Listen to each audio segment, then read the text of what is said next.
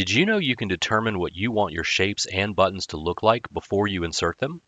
Let's take a look. When you first insert a shape or a button in Storyline, it looks a certain way. The reason for that is Storyline uses colors. We go up to Format and Shape Fill. You can see that it's using Accent 1 here for the fill color for the shape, and it's also using a darker color for the outline. Similarly, if we were to select this button and we go up to the same Format tab and then open the Shape Fill, you can see that it's using this Custom 1 color for the fill color for the buttons. Now, you could certainly go into the Design tab, and if you wanted it to use different colors, you can either choose a different color scheme here, or you can even set up your own theme colors. You'll notice this option at the bottom. But there's another solution that I wanted to show you. Say you've gone in and you've adjusted everything that you want your buttons and your shapes to look like. So for instance, this shape now has a green fill color. It's got no outline, and I've also changed the text inside. Instead of being white, it's now black. I can right click this shape and I can choose this option that says set as default shape, and that'll override what Storyline typically does. You can see this for yourself if we go to a new blank slide now and go to the Insert tab and insert a new shape.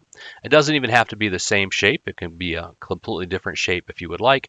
And then if I start to type in it, you'll see that it's also going to remember the text color as well. Same thing with your buttons. If I've recolored a button and maybe made it orange and then changed the text inside to be a dark blue and it doesn't have any outline, I can do the exact same thing here with the button. I can right click and choose Set as Default Button, and then it's going to start to use that information the same way that it did for the shape. So if we go up to Insert and then Button, and I draw that button, you'll notice now this one is the orange color, and if I type in it, it has that color. Now, there are a few things that you want to notice though. If we go back up to the Insert tab, you'll see that there are 3 different button types.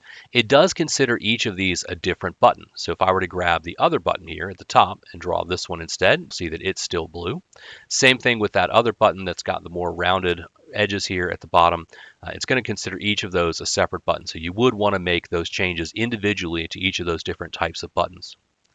The other thing I wanted to point out is that this is also file specific. So I've been making these changes in this file, but if I go up to File and choose New and start a brand new Storyline project, you'll notice that anytime I insert a new shape or a new button here, it's going to default back to what it was using to begin with. So now it's using that Accent 1. And again, if we were to go up to the Insert tab and choose a button, we'll see that that's going to start to use that custom one as well. Thanks for watching. At Yukon Learning, our goal is to make e-learning easy for everyone, no matter your experience level. Visit us at yukonlearning.com to start building better learning experiences.